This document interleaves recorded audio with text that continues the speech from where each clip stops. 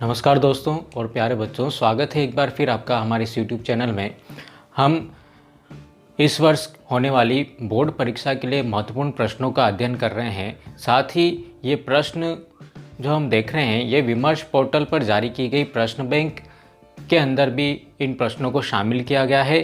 साथ ही आपने देखा होगा कि जो प्रश्न हमने टिक करे थे, जो पिछले 2 वर्षों में पूछे गए हैं विभिन्न परीक्षाओं के अंदर एमपी बोर्ड में, उनको भी जो हम बोर्ड पर इन वीडियो के माध्यम से जो है हल करके इनको आपको सिखा रहे हैं कि आप जल्दी से जल्दी इन वीडियो के माध्यम से प्रश्नों को हल करना सीख जाएं। दूसरी बात ये हो रही है कि आप लोग के बहुत सारे कमेंट्स आ रहे हैं, आप लोग कंफ्यूज हो रहे हैं कि हम प्रश्न बैंक से तैयारी करें या जो इम्पोर्टेंट प्रश्न हैं उनके हिसाब से तैयारी करें, या कोई गाइड वाला जो है हमको जो है अन्य प्रश्नों को हल करने के लिए सलाह देता है तो हम उन प्रश्नों को तैयार करें। तो देखिए, अभी हमारे पास में बहुत अधिक समय है और हम सबसे पहला काम ये कर लें कि प्रश्न बैंक के जितने प्रश्न दे रखे हैं चैप्टर वाइज उनको हल कर लें। उसके बाद कोई इम्पोर्टेंट प्रश्न अगर बनता है तो उसे हम हल कर लें, जो प्रश्न बैंक में नहीं आया है लेकिन पिछले वर्षों में जो है परीक्षाओं के अंदर पूछा गया, तो आप उसे तैयार कर लीजिए। इसके अलावा अगर आपको कोई क्वेश्चन लगता है तो उसे भी आप जो है हल कर लीजिए। क्योंकि हम कौन सा विषय पढ़ रहे हैं? गणित पढ़ रहे हैं। और गणित मतलब क्या? संख्याओं का खेल। यहाँ पर आपको जो है अगर कोई प्रश्न करने का तरीका आ गया, संख्या कुछ भी हो जाए, लेकिन अगर हमें उस प्रश्न को हल करने का तरीका अगर आता है तो हम उसे बहुत ही आसानी से परीक्षा के अंदर हल कर पाएंगे। तो हम तरीका सीखें प्रश्न को हल करने के लिए, न कि कंफ्यूज हों। किसी प्रकार आपको घबराने की ज़रूरत नहीं है। लेकिन यदि आप चैनल पर पहली बार आए हैं तो सबसे पहले आप चैनल को सब्सक्राइब कर लीजिए, वीडियो को लाइक ज़रूर कीजिए, अपने दोस्तों में शेयर करना मत भूलिए। हम आज पढ़ने वाले हैं अध्याय 3 दो चर वाले रैखिक समीकरण के महत्वपूर्ण प्रश्नों के हल को हम इसमें देखेंगे इस वीडियो के अंदर, और जिसमें हम इन समीकरणों को हल करने की जो विधियां हैं, सबसे पहले है ग्राफी विधि, दूसरी विधि है प्रतिस्थापन विधि, विलोपन विधि और वज्रगुणन विधि। क्योंकि वज्रगुणन विधि को जो है इस साल के लिए जो है हमारे सिलेबस से हटा दिया गया है, तो वज्रगुणन विधि के सवाल नहीं आएंगे। उस प्रश्नावली का सवाल आ सकता है लेकिन उसे आपको वज्रगुणन विधि से हल करने के लिए नहीं कहा जाएगा।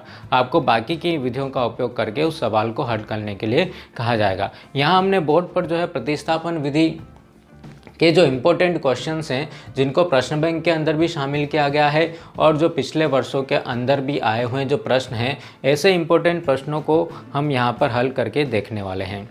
तो जल्दी से शुरू करते हैं। हम यहाँ पर देखिए कि सबसे पहले निम्न रैखिक समीकरण युग्म को प्रतिस्थापन विधि से हल कर लीजिए। हाँ, साथ ही एक बात है कि ब्लूप्रिंट में इस अध्याय से क्या आने वाला है। ब्लूप्रिंट में जो दिया गया है, यहाँ पर 2 ऑब्जेक्टिव इस चैप्टर से आने वाले हैं और 4 नंबर का एक प्रश्न मिलेगा। इस प्रकार से ये जो अध्याय हमारा 6 नंबर का अध्याय बनेगा। तो प्रतिस्थापन विधि से समीकरण हल कीजिए। समीकरण के लिए हम बात करें कि हम पढ़ रहे हैं 2 चर वाले रैखिक समीकरण, तो 2 चर वाले रैखिक समीकरण का सामान्य रूप हमने देखा था कि x + by + c = 0 होता है। लेकिन यहाँ पर क्या है, 2 चर हैं, दोनों के मान अपने को ज्ञात करने हैं। इसलिए यहाँ पर पहले समीकरण में हम जो अचर राशियाँ हैं a1, b1 और c1, इनको 1, 2, 3 नाम से इसका इंडेक्स लगा देते हैं, और दूसरे समीकरण में जो है a2x + b2y + c2 = 0। ये 2 चर वाले रैखिक समीकरण युग्म का सामान्य रूप है। ये समीकरण युग्म इसलिए बोला जाता है कि यहाँ पर हमारे पास में कितने समीकरण हैं? 2 समीकरण हैं, और ये रैखिक समीकरण का क्या कहलाएगा? सामान्य रूप कहलाएगा। अब इसको हल करने के लिए अपने को जो है अलग अलग विधियाँ दी गई हैं, उन विधियों से अपने को जो इन समीकरणों को हल करना है। तो सबसे पहला समीकरण जो आपको दिया हुआ है, x + y = 14 और x - y = 4। यहाँ पर प्रतिस्थापन विधि का उपयोग करना है, तो इसमें सबसे पहले ध्यान रखिए कि हमको ऐसा समीकरण देखना है जिसमें चर राशि का गुणांक 1 हो। तो यहाँ तो सभी में गुणांक 1 है, इसलिए कोई परेशानी नहीं होगी। तो सबसे पहले हम क्या कर लें, समीकरण 1 से यहाँ पर मान निकाल लें। समीकरण 1 से समीकरण 1 से किसी भी चर का मान निकाल लें। किसका मान निकाल लें? या तो आप x का निकाल लें या y का निकाल लें। तो अगर x का मान निकालेंगे तो y को उधर भेजना पड़ेगा, तो यहाँ पर मिल जाएगा 14 - y। इसको देते हैं समीकरण नंबर 3। और ये जो समीकरण 3 में जो मान आया है इसे हम लिख देंगे समीकरण 3 से x का मान कहाँ पर प्रतिस्थापित करेंगे? समीकरण नंबर 2 में। क्योंकि 1 से आपने मान निकाला तो वापस इसके अंदर मान नहीं रखेंगे, इसका काम यही खत्म हो जाता है। समीकरण 2 में प्रतिस्थापित करने पर इसलिए हम इसको प्रतिस्थापन विधि कहते हैं कि किसी एक समीकरण से चर का मान निकाल करके दूसरे समीकरण में रखा जाने वाली विधि जो है ये प्रतिस्थापन विधि जो है कहलाती हैं। तो यहाँ पर हम समीकरण नंबर 2 हमारे पास में ये है, इसमें हमने x का मान रख दिया। जहाँ x दिखेगा वहाँ लिख देंगे हम 14 - y, और -y आपके पास पहले से है = 4। नंबर्स को एक तरफ ले जाएं, -y और -y -2y हो गया 4, और ये 14 उधर गया तो कितना हो जाएगा? -14 हो जाएगा। तो -2y = प्लस माइनस है, तो माइनस वाला नंबर बड़ा है, माइनस कर लीजिए तो -10 मिलेगा। तो y = अपने को मिल जाएगा -10/-2, अर्थात y = अपने को मिल जाएगा यहाँ पर 5। ये y का मान कहाँ पर रख दें? y का मान अगर हम समीकरण नंबर 3 में रख देते हैं, समीकरण 3 में रखने पर, समीकरण 3 में y का मान रख दे। समीकरण 3 क्या थी हमारी? हम चाहें तो 1 और 2 में भी रख सकते हैं, लेकिन यहाँ पर क्या हो रहा है, समीकरण 3 में अपने को सारा तैयार है मटेरियल, इसलिए यहाँ पर हम सीधे मान रख दें अगर y का, तो हमें x का मान मिल जाएगा। तो x = 14 - y का मान अपने को 5 मिला, तो 14 - 5 मिल जाएगा, x = 9। यहाँ पर आंसर लिखना ज़रूर सीख लें आप लोग। x = 9 मिला और y = 5 मिला। चलिए इसके दूसरे भाग की तरफ हम चलते हैं। यहाँ पर दिया गया समीकरण युग्म समीकरण निकाय है s - t = 3, s/3 + t/2 = 6। इसको मैंने समीकरण नंबर 2 अभी नहीं डाला है क्योंकि इसको थोड़ा सा सरल कर लेते हैं हम। एलसीएम कितना मिला अपने को? 6 मिला।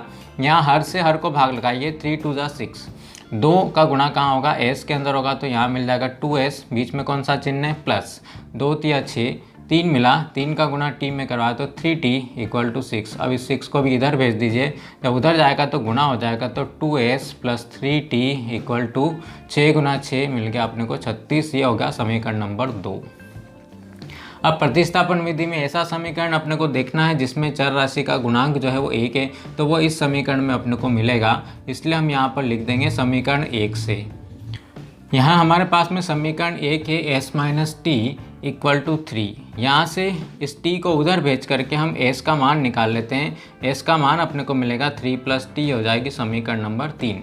तो ये समीकरण 3 का मान जो है हम कहाँ रख दें? समीकरण 1 से आपने मान निकाला है, 1 का काम अपना खत्म हो गया। समीकरण 2 में s का मान रखने पर या s का मान प्रतिस्थापित करने पर भी हम लिख सकते हैं। तो यहाँ पर हम समीकरण नंबर 2 लिख लेते हैं, 2s + 3t = 36। 2 और s जहाँ पर भी दिखता है उसको लिख दीजिए 3 + t, जहाँ ब्रैकेट ज़रूर लगाना है, क्योंकि अगर आप ब्रैकेट नहीं लगाएंगे तो ये केवल 2 का गुणा 3 के अंदर ही होगा, t के अंदर नहीं हो पाएगा। तो यहाँ से सवाल जो हमारा गलत हो सकता है, तो ब्रैकेट ज़रूर लगाइए।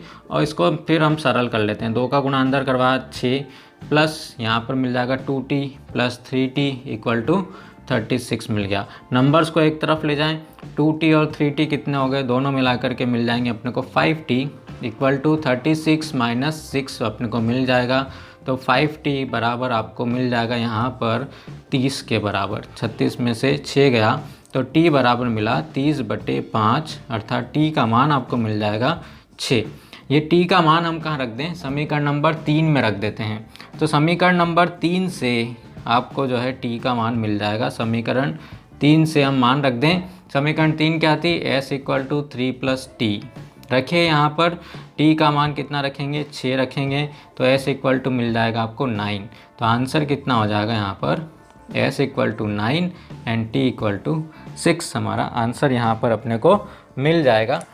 अगले भाग में जो 2 समीकरण अपने को दिए गए हैं वो x + y = 5, 2x - 3y = 4। यहाँ पर देखिए कि ऐसा समीकरण जिसमें चर का गुणांक 1 हो तो समीकरण नंबर 1 है। तो समीकरण 1 से हम मान निकाल लेते हैं किसी भी चर का, या तो आप x का मान निकालें या फिर y का मान निकाल लें। तो अब की बार देखिए y का मान निकाल ले, तो x को उधर हम लेके गए तो यहाँ पर मिला y = 5 - x, समीकरण नंबर 3 मिल गया। तो समीकरण 3 से मान कहाँ रखेंगे, इससे हमने मान निकाला, इसका काम हमारा फिनिश हो गया। अब इसके अंदर अपने को मान रखना है। तो समीकरण 2 में y का मान रखने पर या y का मान प्रतिस्थापित करने पर लिख देंगे तो थोड़ा अच्छा रहेगा। तो यहाँ पर हम जो है क्या कर लें, 2x - 3y = 4 है समीकरण नंबर 2। तो 2x - 3 और ब्रैकेट में लिखेंगे किसका मान, y का मान, 5 - x बराबर कितना हुआ, 4। अब क्या करना है, इसको सरल करना है। -3 का गुणा कहाँ होगा, इस 5 में हुआ तो कितना हो गया, 5 दिया 15 मिला, और पहले चिन्हों का गुणा करवा ले, माइनस माइनस प्लस। 3 का गुणा x में अगर होगा तो अपने को मिलेगा 3x बराबर के इधर 4। अब यहाँ पर कितने x हैं, 2x है और ये 3x हैं, तो दोनों मिला करके हो जाएंगे 5x। इस 15 को उधर भेज दीजिए तो यहाँ पर मिल जाएगा 4 + 15। तो 5x = अपने को मिलेगा 15 और 4 19 हो गया है, और x = मिल जाएगा 19/5।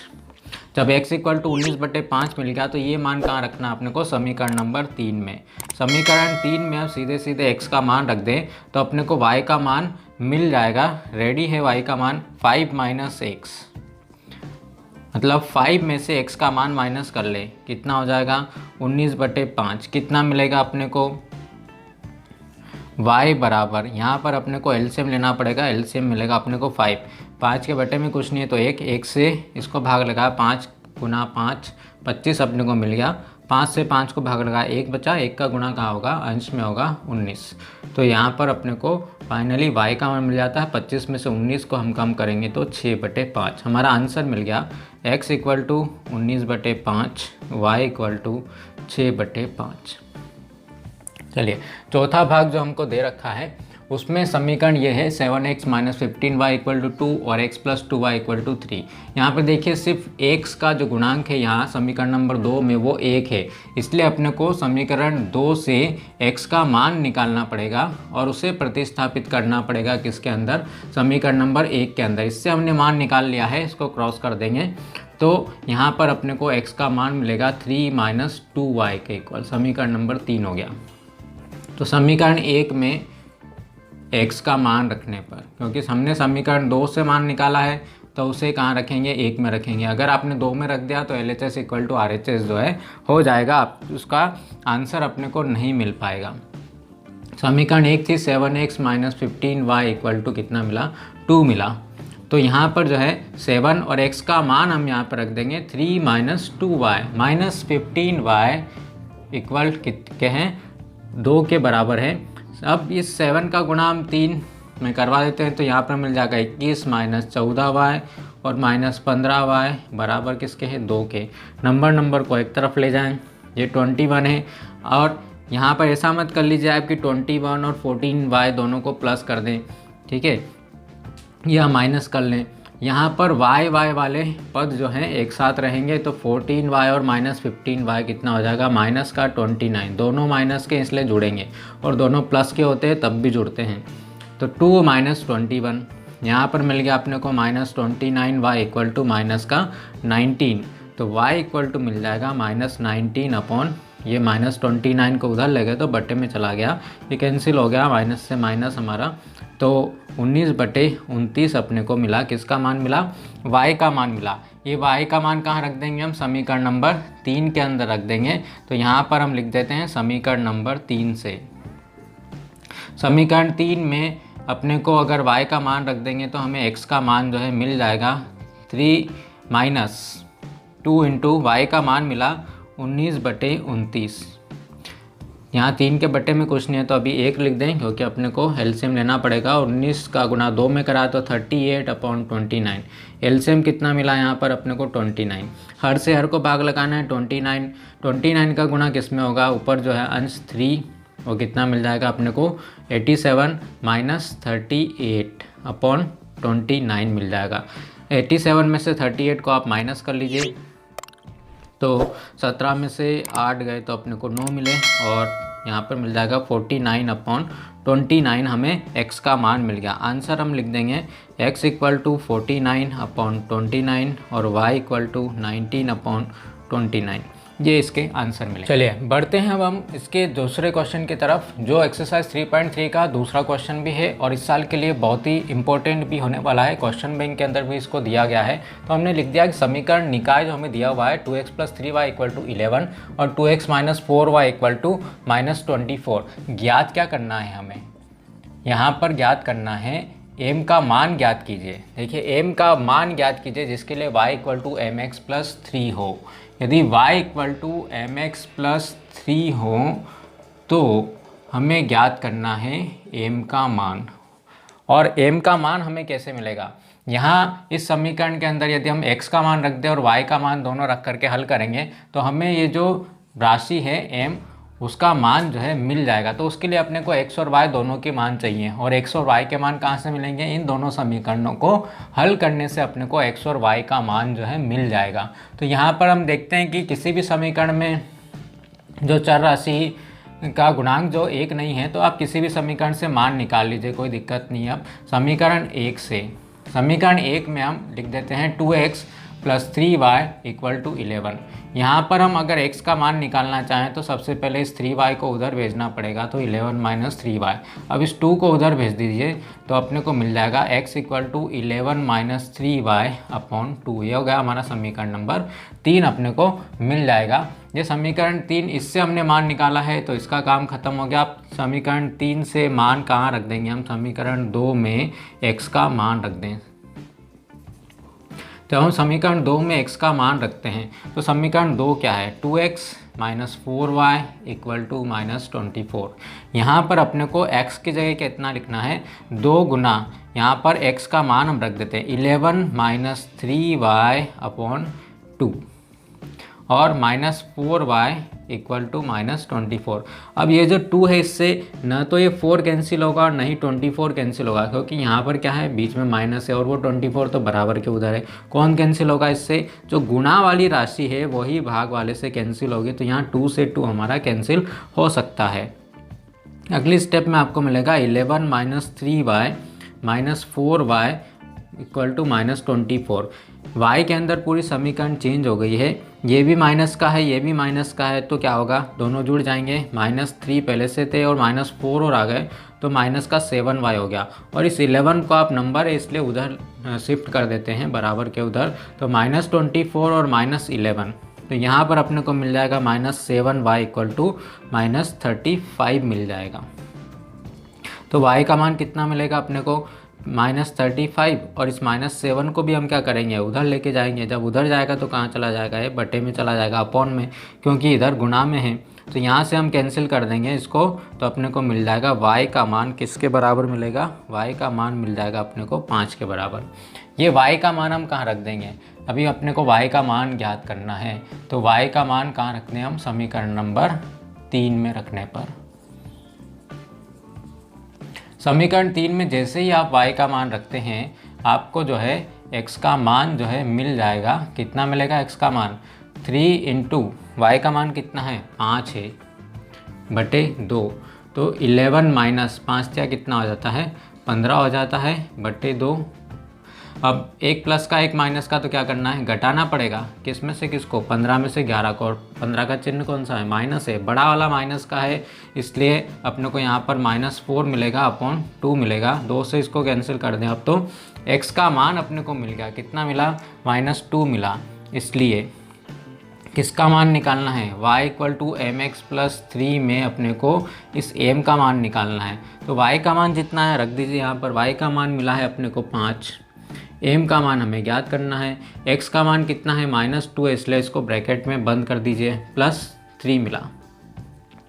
3 को इधर लेकर के आइए आप, तो 5 - 3 = इधर मिलेगा -2m, या -2m = 5 में से 3 गया तो कितना मिला अपने को, 2 मिल गया।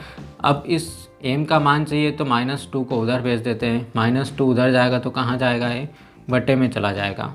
तो m का मान अपने को मिलेगा -1। तो यहाँ पर इसका जो आंसर हमें m का मान ज्ञात करना था वो -1 मिला है। अगला जो क्वेश्चन है ये प्रश्नावली 3.3 के क्वेश्चन नंबर 3 का एक भाग है, जिसमें दिया हुआ है दो संख्याओं का अंतर 26 है और एक संख्या दूसरी संख्या की 3 गुनी है, तो संख्याएं ज्ञात कीजिए। जब ऐसे सवाल हों तो समीकरण अपने को बनानी पड़ेगी और सबसे पहले आप जो ज्ञात करना है उसे मान लीजिए। तो हम यहाँ पर मान लेते हैं, क्या मानेंगे, माना कि संख्याएं, कितनी संख्याएं हैं, तो 2 संख्याएं होगी, ठीक है ना। क्यों, क्योंकि एक से दूसरे की तुलना हो रही है, तो हम मान लेते हैं कि संख्याएं x और y हैं। अब प्रश्नानुसार आपको क्या दे रखा है देख लीजिए। प्रश्नानुसार दो संख्याओं का अंतर 26 है, ये पहली स्थिति है।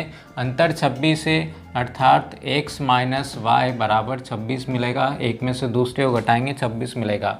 एक संख्या दूसरी की 3 गुनी है और दूसरी क्या स्थिति बनेगी अपनी, एक संख्या दूसरी की 3 गुनी है, तो एक संख्या दूसरी की 3 गुनी, दूसरे में 3 का गुणा कराएं तो अपने को संख्या जो है मिल जाएगी। तो यहाँ पर अपने पास 2 समीकरण मिल चुकी हैं। अब इसको इधर नहीं लेके आ रहे क्योंकि प्रतिस्थापन विधि में हमें एक चर राशि का मान जो मिल चुका है, और इसको यहाँ रख देते हैं। किसके अंदर रख देंगे, समीकरण 1 में x का मान हम प्रतिस्थापित कर दें तो अपने को जो है y का मान जो है मिल सकता है। तो समीकरण 1 हमारी ये बनी थी। इसमें x की जगह अपने को कितना लिखना है, 3y लिखना है। 3y minus Y equal to 26। अब 3y में से 1y को आप कम करेंगे तो अपने को 2y मिलेंगे बराबर 26। तो y इक्वल टू मिल जाएगा 26/2, y इक्वल टू मिल गया अपने को कितना, 13। ये y का मान कहाँ रख दें हम, y का मान समीकरण नंबर 2 में रख देते हैं, समीकरण 2 से। तो अपने को x का मान मिल जाएगा, y का मान रखेंगे हम, जहाँ y दिखता है उसकी जगह 13 लिख दें तो ये मिल जाएगा अपने को 39। तो हम आंसर क्या लिख देंगे, अतः संख्याएं कौन कौन है, संख्याएं जो है वो एक 39 है पहली संख्या, और दूसरी संख्या जो है वो कितनी है, 13 है। दोनों का अंतर 26 है और एक दूसरे की 3 गुनी है।